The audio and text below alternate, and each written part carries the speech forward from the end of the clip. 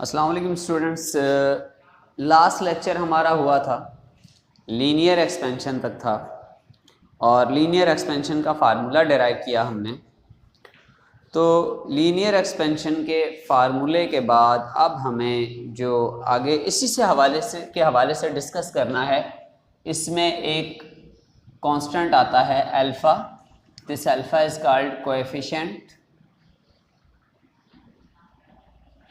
of linear expansion.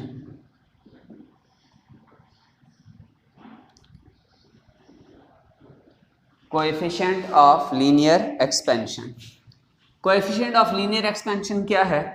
अगर definition के लिहाज से बात की जाए, it's called fractional change in length of a substance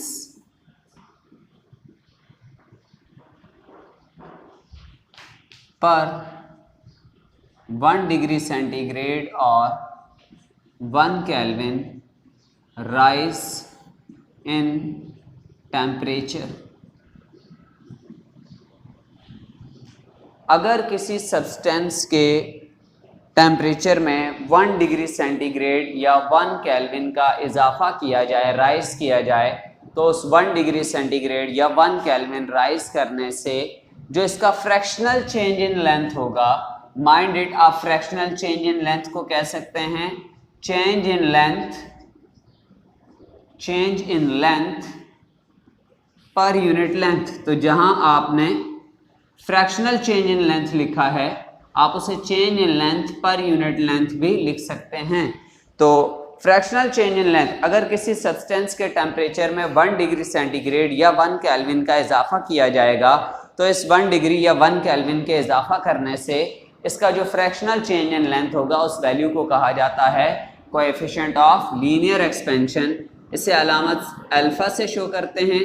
इसका फार्मूला होता है delta L upon L1 delta T. Unit, अगर आप इसका यूनिट जानना चाहते हैं तो सामने फार्मूला लिखा हुआ है delta L change in length, इसका यूनिट मीटर होगा, L1 लेंथ, इसका यूनिट मीटर होगा, डेल्टा टी। अब चूंकि ये डेल्टा टी है तो आप इसमें केल्विन का भी यूनिट यूज़ कर सकते हैं और आप इसमें सेंटीग्रेड का भी यूनिट यूज़ कर सकते हैं। तो ये कैंसिल आउट हो जाता है। इसका यूनिट होगा पर केल्विन और पर degree centigrade. Coefficient of linear expansion का यूनिट है पर केल्विन या पर डिग्री सेंटीग्रेड, दोनों यूनिट्स यूज हो सकते हैं, there is no problem with the unit. और एक इसकी प्रॉपर्टी और है, it is called a material constant. ये एक मटेरियल कांस्टेंट है। मटेरियल कांस्टेंट के बारे में पहले भी बता चुका, ऐसी वैल्यूज जो होती तो कांस्टेंट हैं लेकिन नेचर ऑफ मटेरियल पर डिपेंड करती हैं। अगर आप मटेरियल चेंज करेंगे तो इन कांस्टेंट्स की वैल्यूज चेंज हो जाती हैं, अदरवाइज इनकी वैल्यू कांस्टेंट रहती हैं। ये एक मटेरियल कांस्टेंट है। हर मटेरियल के लिए इसकी एक खास कांस्टेंट वैल्यू होती है और नॉर्मली इसकी जो वैल्यू होती है ऑफ द ऑर्डर 10⁻⁵। मतलब अगर मेरी बात समझ में नहीं आई तो आयरन के लिए अल्फा की वैल्यू है 1.1 एक्सपोनेंट -5 पर डिग्री सेंटीग्रेड। उसके बाद अगर आप इसकी एल्युमिनियम की वैल्यू लेंगे तो एल्युमिनियम के लिए कोएफिशिएंट ऑफ लीनियर एक्सपेंशन है 2.4 एक्सपोनेंट -5 पर डिग्री सेंटीग्रेड। यानी ये एक ऐसी वैल्यू है जिसको अगर हम एक्सपोनेंट में शो करें तो ये एक्सपोनेंट -5 के ऑर्डर में होती है। इस प्रॉपर्टी का मतलब ये है it's a very much small value. ये जुमला मैं कह रहा हूं, इसको अपने पास नोट कर लीजिएगा। इसको हम दो जगह इस्तेमाल करेंगे कि अल्फा की वैल्यू बहुत ज़्यादा छोटी होती है, ऑफ द ऑर्डर 10⁻⁵। हम इस प्रॉपर्टी को दो जगह यूज़ करेंगे, एक चैप्टर 11 के अगले टॉपिक में ही आएगा इसी टॉपिक से रिलेटेड, और एक आएगा चैप्टर नंबर 13 में जब आप इसके न्यूमेरिकल्स कर रहे होते हैं। ये वैल्यू बड़ी इंपॉर्टेंट है कि वो वैल्यू बड़ी है, ये छोटी। ये प्रॉपर्टी बहुत इंपॉर्टेंट है, ये वैल्यू बड़ी है, ये छोटी है। इसको न्यूमेरिक्स के एतबार से जब आप न्यूमेरिकल्स में यूज़ करते हैं तो इसका पैटर्न भी चेंज कर देता है, न्यूमेरिकल के ऊपर इसका इम्पैक्ट होता है।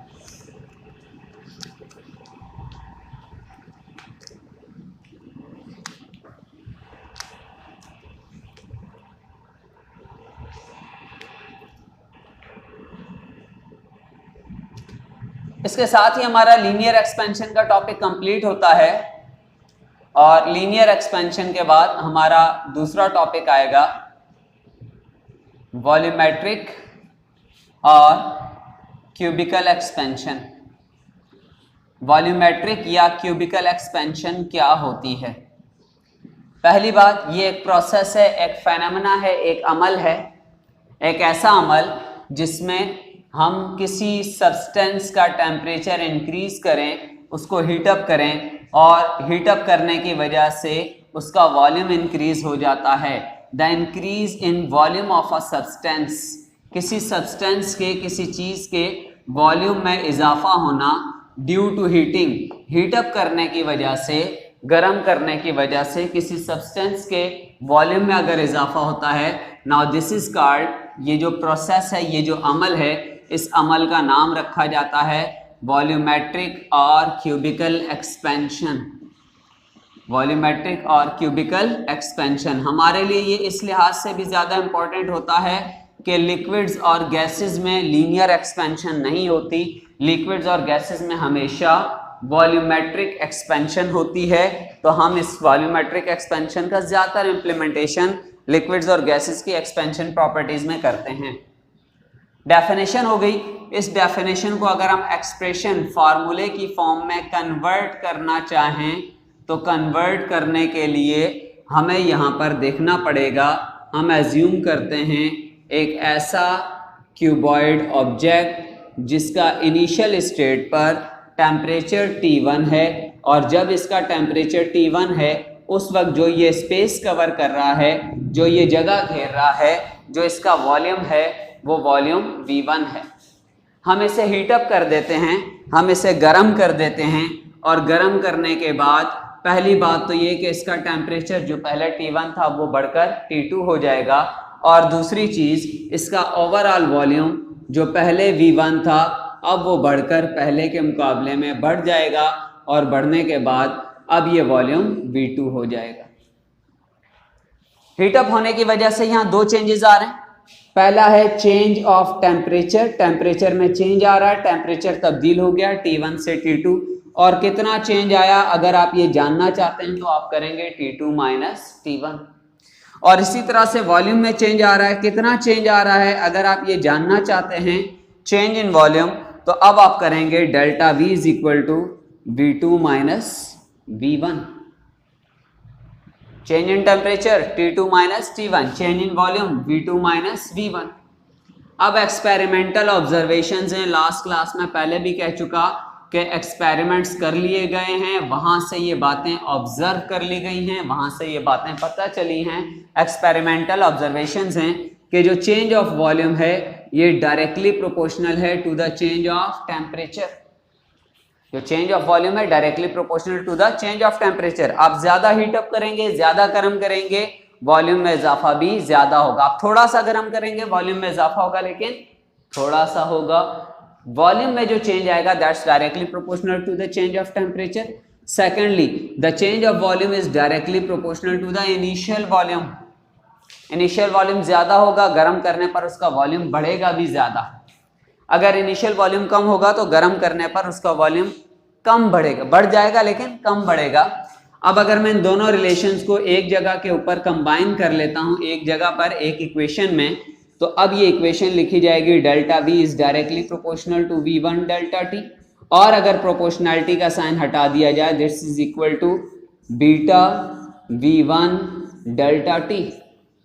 ये चेंज इन वॉल्यूम का पहला फार्मूला है। अगर आप वॉल्यूमेट्रिक एक्सपेंशन को मैथमेटिकल फॉर्म में रिप्रेजेंट करना चाहते हैं तो हीटिंग की वजह से, गर्म करने की वजह से बॉडी के वॉल्यूम में कितना चेंज आता है, that change of volume can be found by beta into initial volume into change of temperature. और अगर आप इसको डेल्टा V नहीं यूज करना चाहते then you should write V2 minus V1 is equal to beta V1 delta T and V2 minus V1 right side पर जाकर add हो जाएगा, V1 plus beta V1 delta T and V2 will be equal to V1 into 1 plus beta delta T। Volumetric expansion के ये दो फार्मूले हैं। पहला फार्मूला बताता है गर्म करने की वजह से बॉडी के वॉल्यूम में चेंज कितना आएगा, और अगर आपको ये मालूम है कि इनिशियल शुरू में वॉल्यूम कितना था तो गर्म करने पर बॉडी का वॉल्यूम बढ़कर कितना हो जाएगा। अब ये जो न्यू वॉल्यूम होगा, इस वॉल्यूम को मालूम करने का फार्मूला होगा V2 = V1 × 1 + beta del T. आप ये दोनों फार्मूले यूज कर सकते हैं। इन दोनों फार्मूलों में एक नई वैल्यू यूज हो रही है, हम उस वैल्यू को डिफाइन कर लेते हैं। नोट कर लीजिए इससे जरा पहले अच्छी तरह से।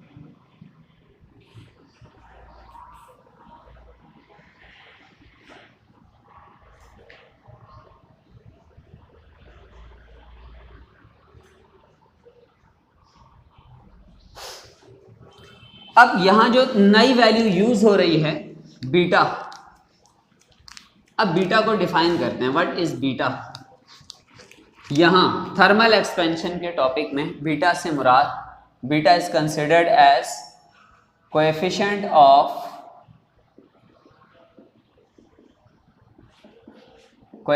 Of volumetric expansion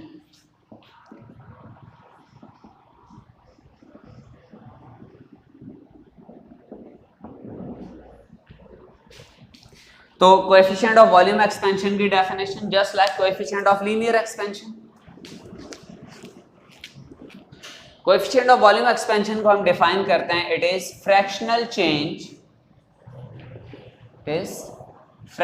change in volume of object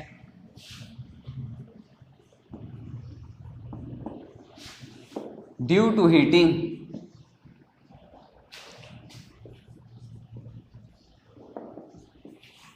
is called coefficient of volumetric expansion.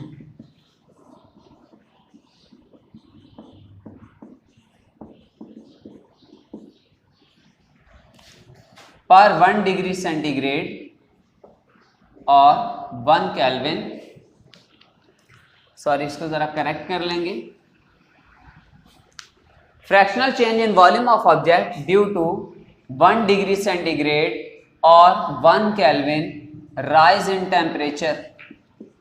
अगर किसी बॉडी के टेम्परेचर को 1 डिग्री सेंटीग्रेड या 1 केल्विन राइज किया जाए तो उसके टेम्परेचर में 1 डिग्री सेंटीग्रेड या 1 केल्विन राइज होने की वजह से जो फ्रैक्शनल चेंज इन वॉल्यूम आएगा, उस फ्रैक्शनल चेंज इन वॉल्यूम को कहा जाता है coefficient of volumetric expansion. Coefficient of volumetric expansion beta से शो करते हैं। फार्मूला इसका होता है beta is equal to delta V upon V1 delta T। और अगर मैं इसके यूनिट्स बनाना चाहूं तो चेंज इन वॉल्यूम इसका यूनिट होता है metre cube. V1 initial volume, इसका यूनिट भी है मीटर क्यूब। आगे आ रहा है डेल्टा टी। वैसे टेम्परेचर का स्टैंडर्ड यूनिट केल्विन होता है, लेकिन यहाँ डेल्टा टी यूज हो रहा है, तो डेल्टा टी की वजह से हम दोनों यूनिट्स यूज कर सकते हैं। दोनों इक्विवेलेंट काम करेंगे, केल्विन भी और सेंटीग्रेड भी। अदरवाइज ये दोनों इक्विवेलेंट काम नहीं करते, सिर्फ डेल्टा टी के केस में। तो इसका यूनिट भी आएगा पर केल्विन और पर डिग्री सेंटीग्रेड, जिसको आप केल्विन इनवर्स या सेंटीग्रेड इनवर्स लिख सकते हैं। पढ़ा जाता है पर केल्विन और पर डिग्री सेंटीग्रेड। बीटा के बारे में कहा जाता है it is also a material constant. इसकी वैल्यू कांस्टेंट होती है only with the change of material. आप मटेरियल चेंज करेंगे तो बीटा की वैल्यू चेंज होगी, अदरवाइज इसकी वैल्यू कांस्टेंट रहेगी। हाँ, अलबत्ता इसकी एक और इंपॉर्टेंट प्रॉपर्टी ये होती है, it is 3 times as that of coefficient of linear expansion. ये कोएफिशिएंट ऑफ लीनियर एक्सपेंशन के मुकाबले में 3 टाइम्स ज्यादा होता है। मतलब मैं वही एग्जांपल दोबारा रिपीट करता हूं। आयरन के लिए अगर अल्फा की वैल्यू है 1.1 एक्सपोनेंट -5 पर डिग्री सेंटीग्रेड, तो इसी आयरन के लिए बीटा की वैल्यू होगी 3.3 एक्सपोनेंट -5 पर डिग्री सेंटीग्रेड। अगर एल्युमिनियम के लिए अल्फा की वैल्यू है 2.4 एक्सपोनेंट -5 पर डिग्री सेंटीग्रेड, देन इसके लिए बीटा की वैल्यू होगी 7.2 एक्सपोनेंट -5 पर डिग्री सेंटीग्रेड। तो जैसे जैसे आप किसी भी मटेरियल के लिए अगर आपको कोएफिशिएंट ऑफ लीनियर एक्सपेंशन की वैल्यू मालूम होगी तो आप उसकी मदद से कोएफिशिएंट ऑफ वॉल्यूम एक्सपेंशन की वैल्यू भी मालूम कर सकते हैं। That was quite simple. Matric में भी पढ़ा हुआ है, इंटर में फिर रिवाइज हो जाता है और कोई बहुत ज़्यादा डिटेल नहीं। मेनली बात यह कि इसमें एक रीजन क्वेश्चन था थर्मल एक्सपेंशन क्यों होता है, तो उसका आंसर हम due by the theory of KMT दे चुके हैं। अब इसमें एक रिलेशन डेरिवेशन है, the relation between coefficient of linear expansion and the coefficient of volume expansion.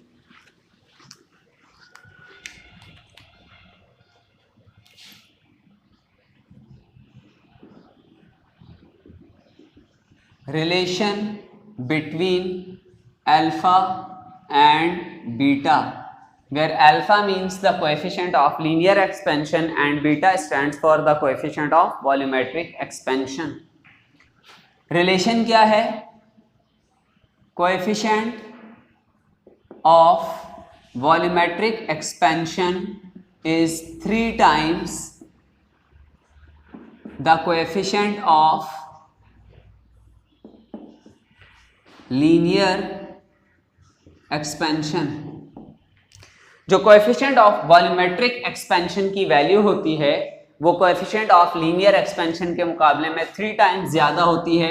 आप इस बात को अगर इक्वेशन की फॉर्म में लिखें, you can write beta is equal to 3 times of alpha. Beta is equal to 3 times of alpha. या अगर आप इसको यूं नहीं लिखना चाहते तो आप लिख सकते हैं coefficient of linear expansion, coefficient of linear expansion is 1/3 of the coefficient of volumetric expansion। अगर कोएफिशिएंट ऑफ लीनियर एक्सपेंशन की बात की जाए तो ये कोएफिशिएंट ऑफ वॉल्यूमेट्रिक एक्सपेंशन के मुकाबले में 1/3 होती है। अगर आप ये वाला स्टेटमेंट लिखना चाहते हैं तो you can write alpha is equal to 1/3 of beta. Alpha is equal to 1/3 of beta. ये स्टेटमेंट नोट कर लें। फिर इस डेरिवेशन, ये रिलेशन हम डेराइव करके दिखाते हैं। दोनों सूरतों में डेराइव हो सकता है, beta is equal to 3 alpha या alpha is equal to 1/3 beta. ये स्टेटमेंट नोट कर लीजिएगा।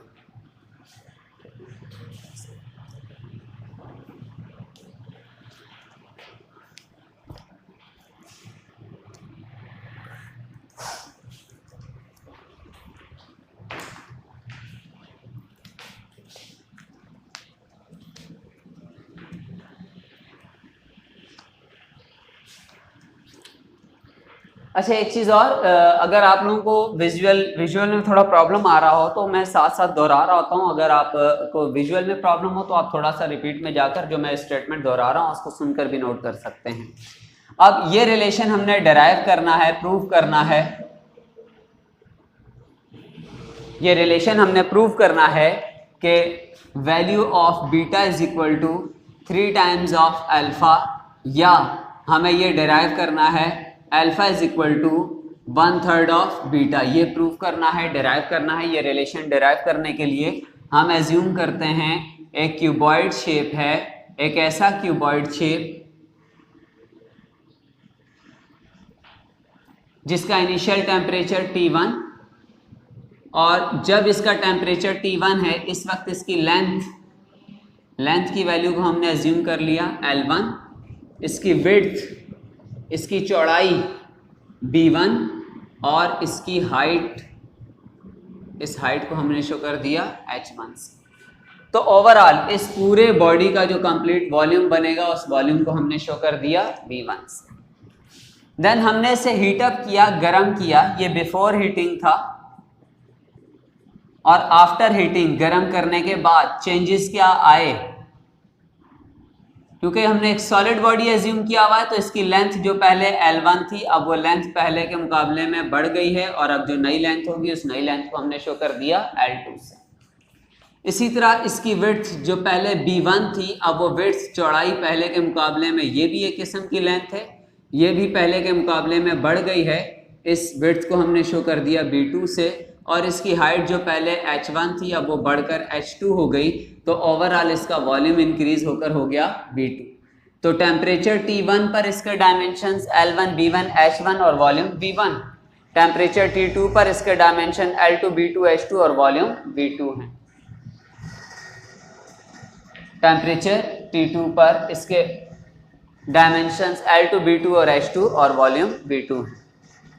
अब हम क्या करते हैं कि अगर हम इसके सिर्फ वॉल्यूम का फार्मूला लें तो किसी बॉडी के वॉल्यूम का फार्मूला होता है length into weight into height. Body के वॉल्यूम का फार्मूला है length into weight into height. तो अब इस लिहाज से अगर मैं इसके इनिशियल वॉल्यूम का फार्मूला लिखूं V1 तो ये इक्वल हो जाएगा L1 B1 into H1, L1 B1 into H1। और इसी तरह से अगर मैं इसका फाइनल वॉल्यूम लिखना चाहूँ तो ये फाइनल वॉल्यूम हो जाएगा L2 B2 into H2। Initial V1 is equal to L1 B1 H1, final V2 is equal to L2 B2 H2। अब यहां पर मैं एक बुनियादी तौर पर लीनियर एक्सपेंशन का अमल हुआ था, यानी बुनियादी तौर पर इसमें लीनियर एक्सपेंशन का अमल हो रहा है, ये लंबाई बढ़ रही है, ये लंबाई बढ़ रही है और ये लंबाई। इम्पैक्ट ये है कि ओवरऑल बॉडी का वॉल्यूम बढ़ जाता है। तो मैं पहले जरा अपने बेसिक में जाता हूं, bye formula of linear expansion.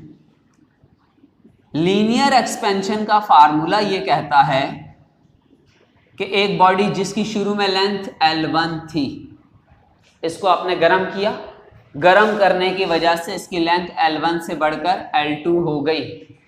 इसकी लेंथ L1 थी, गर्म करने की वजह से इसकी लेंथ L1 से बढ़कर L2 हो गई। तो अब वो जो लेंथ L2 है ये L2 इक्वल हो जाएगी L1 into 1 plus alpha del T. ये फार्मूला हर जगह एप्लीकेबल नहीं है, ये फार्मूला सिर्फ इस सूरत में एप्लीकेबल है जब हीट अप करने की वजह से बॉडी की लेंथ L1 से बढ़कर L2 हो रही है। इसी तरह अब विड्थ चौड़ाई बेसिक नेचर में ये भी एक लंबाई है जो पहले B1 थी और बढ़कर हो गई B2, लेकिन हीट अप करने की वजह से हुई है, गर्म करने की वजह से हुई है, इसलिए B2 will be equal to B1 into 1 plus alpha del T. इसी तरह से अगर हाइट की बात की जाए, जो हाइट पहले H1 थी अब वो बढ़कर H2 हो गई, तो गर्म करने की वजह से हो रही है, इसलिए इन तीनों पर सेम पैटर्न का फार्मूला यूज करता हूं, H2 is equal to H1 into 1 plus alpha del T. ये मैंने तीनों वैल्यूज लिख ली, final length, final width, final height, और इन्हीं तीनों वैल्यूज की मदद से मैं बॉडी का फाइनल वॉल्यूम जरा दोबारा लिखता हूं। बॉडी के फाइनल वॉल्यूम V2 का फार्मूला था V2 is equal to L2 multiply with B2 multiply with H2। अब मैंने L2 को रिप्लेस किया, जहां L2 आ रहा था उसकी जगह लिखा L1 into 1 plus alpha del T. Then जहां पर B2 आ रहा था, B2 की जगह पर मैंने लिख दिया B1 into 1 plus alpha del T, और जहां H2 आ रहा था H2 की जगह मैं रिप्लेस करता हूं H1 into 1 plus alpha del T. Now we take V2 equal, तीन ब्रैकेट्स हैं, तीन ब्रैकेट के बाहर वैल्यूज हैं, ब्रैकेट के बाहर वाली वैल्यूज को एक तरफ कर लीजिए, ये हो गया L1 B1 H1, और ये सेम ब्रैकेट मल्टीप्लाई होगी 1 plus alpha del T whole cube, power add होगी, and we can take V2 is equal to L1 B1 H1। ये देखा जाए तो बॉडी का इनिशियल वॉल्यूम है, इसलिए इसको मैंने लिखा V1 into 1 plus alpha del T whole cube. इसको नोट कर लें, फिर इसको हम यहां आगे फाइनलाइज करते हैं। जरा इसको नोट कर लें, फिर डेरिवेशन कंप्लीट करते हैं, जल्दी से नोट कर लें।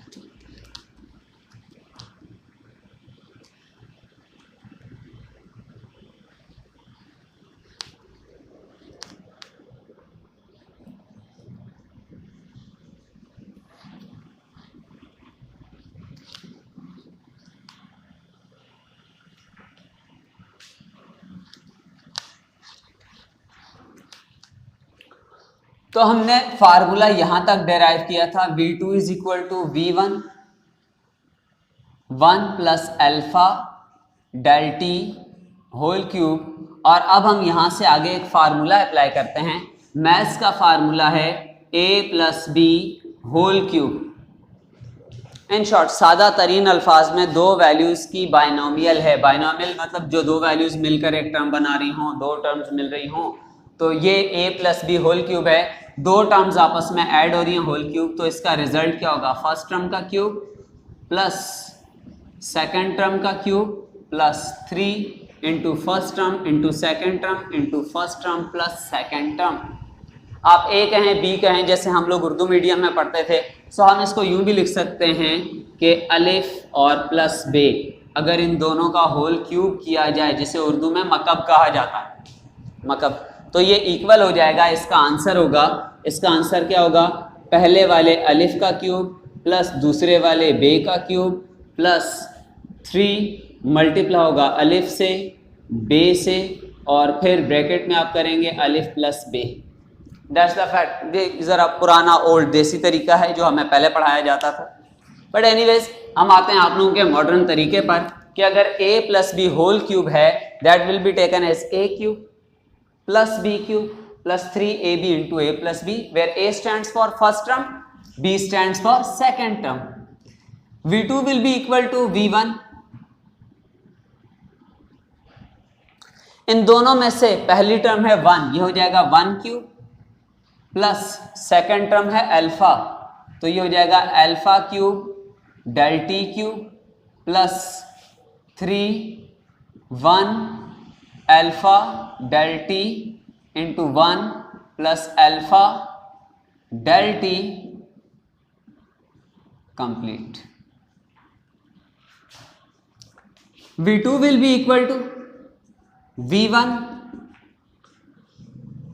1 का क्यूब करेंगे 1 हो जाएगा, alpha cube del T cube plus 3 into 1 3 alpha del T, 1 से मल्टीप्लाई होगा it becomes 3 alpha del T and plus 3 into 1 3 alpha del T, और अल्फा डेल टी से मल्टीप्लाई होगा, ये होगा alpha square del T square.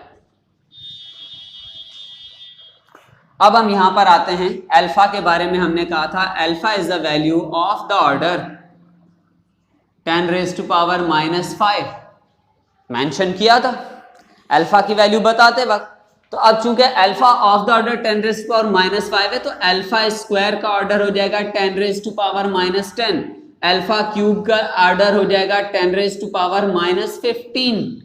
Property है, जिन values की पावर नेगेटिव होती है, जब आप इनकी पावर को बढ़ाते हैं तो ये और ज्यादा स्मॉल हो जाती हैं, और ज्यादा छोटी होती हैं, और अगर ये ज्यादा छोटी हो तो ये बहुत ही ज्यादा छोटी हो जाती हैं।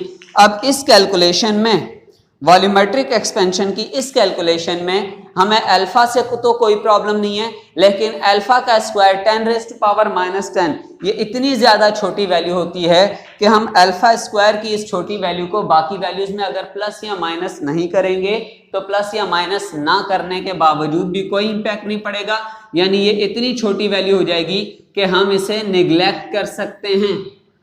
इसी तरह 10 raise to power -15 alpha cube, ये भी एक इतनी ज्यादा छोटी वैल्यू हो जाएगी कि हम इसे निगलेक्ट कर सकते हैं या हम इसे नेग्लिजिबल सपोज कर सकते हैं। तो अल्फा स्क्वायर, अल्फा क्यूब और any higher powers will be negligible. Alpha का जहां स्क्वायर लगा हुआ है, अल्फा क्यूब जहां लगा हुआ है, या इससे कोई भी बड़ी पावर होगी, वो सारी की सारी वैल्यूज को नेग्लिजिबल लिया जाएगा। नेग्लिजिबल से मुराद 0 लिया जाएगा। तो अब जहां अल्फा स्क्वायर आया 0 ले लीजिए, अल्फा क्यूब आया 0, तो ये ओवरऑल दो टर्म्स कैंसिल हो गई and we get the formula V2 is equal to V1 into 1 plus 3 alpha del T. Comparing with the formula, अब मेरे पास फाइनल वॉल्यूम का एक फार्मूला बन गया जिसे मैं स्टैंडर्ड फार्मूले से अगर कंपेयर करूं, तो अब अगर मैं कंपेयर करता हूं तो इसका ओरिजिनल फार्मूला था V2 is equal to V1 1 plus beta del T. Comparison का प्रिंसिपल उसूल कहता है जहां तक वैल्यू सेम हैं उनको रहने दीजिए, जहां वैल्यूज सेम नहीं है, सिमिलर नहीं है, उनको इक्वलाइज कर दीजिए। तो V2 और V2 सेम पोजीशन पर आ रहे हैं, V1 और V1 सेम पोजीशन पर आ रहे हैं, 1 और 1 सेम पोजीशन पर आ रहे हैं, del T और del T सेम पोजीशन पर आ रहे हैं। There is only one difference, एक जगह बीटा आ रहा है और दूसरी जगह 3 अल्फा। हम इन दोनों वैल्यूज को एक दूसरे के बराबर कर देंगे and finally we get beta is equal to 3 alpha. या अगर मैं इसे चेंज करके लिखना चाहूं तो 3 यहां मल्टीप्लाई हो रहा है, लेफ्ट साइड पर आकर डिवाइड करेगा। जब डिवाइड करेगा तो बीटा को डिवाइड किया बीटा था, इसको डिवाइड किया 3 ने। मैं इसे मैथमेटिकल फॉर्म में लिख देता हूं, 1/3 beta is equal to alpha. अकेली वैल्यू ये है, इससे मैं यहां पर लिख दूं तो alpha is equal to 1/3 beta. ये डेरिवेशन है, प्रूफ है। हम आज के लेक्चर को यहीं तक रखेंगे कि हमारा थर्मल एक्सपेंशन का ये topic theoretical point of view से कंप्लीट होता है। नेक्स्ट क्लास में इससे आगे इंशाल्लाह पढ़ेंगे। अब तक के लिए इतना ही काम रहेगा। ठीक है, अल्लाह हाफिज़।